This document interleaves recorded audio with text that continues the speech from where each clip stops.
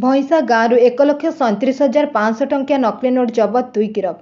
Patnagarh block भईसा गाँव में नकली नोट जबत 2 गिरफ होता जमापड़ी। गत 22 तारिख में गाँव में नाम संकीर्तन चलता बेले 500 टंकिया नकली नोट गोटे दुकान में चल प्रचलन करुवा समय से गाँव सरपंच नोट को देखि नकली नोट होता सन्देह कर पाटनागढ़ पुलिस को खबर देते पुलिस पहुंची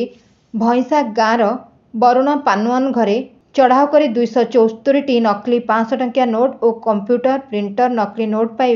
व्यवहार करथिबा पेपर और व्यवहृत शाही जबत कर पाटनागढ़ थाना को आनिथिले। घटनार अधिक तदंत करबा परे देवगाँ थाना बुढ़ाबाहाल गाँव रोहित बस्तिया को उक्त घटना गिरफ्त कर आज उभय को कोर्ट चालाण करा जायतिबा एसडीपीओ सांबादिक सम्मेलन सूचना दैछन्ति। गत 20 रु 24 तारिख जो डामोज होता भईसा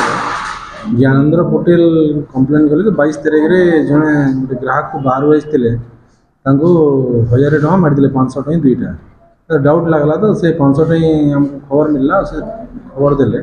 और से संक्रांत में आम जाकि गोटे रेड कला भईसा जनकर घर हो बरुण पनुआ बोलिकी घरे 274टा 500 टଙ୍କା फेक नोट्स मिलला और से आधार में आम गोटे केस कलु और एसपी प्रत्यक्ष तत्वावधान गोटे आम रेड कलु देवगाँ अंडर गोटे बंधवाल अंचल सेनु गोटे रोहित बस्तिया करें लोक धरा है से जी की सप्लाय करते से दुई जन मिसिक 500 टଙ୍କା तैयारी कर रोहित और बरुण पनुआ मिसिक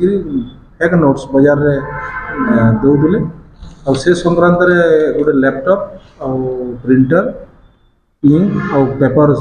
सीज हो 274टा फेक नोट्स 500 टଙ୍କା सीज हो गोटे case 106 number case Patnagarh Sankrant 467, 68, 468, 471, 489 A, B, C and 120 B और 2 एक्यूज वरुण पनुआ और रोहित बस्तिया अरेस्ट होती आज से कोर्ट फॉरवर्ड हो। Bureau report Ekamra news agency.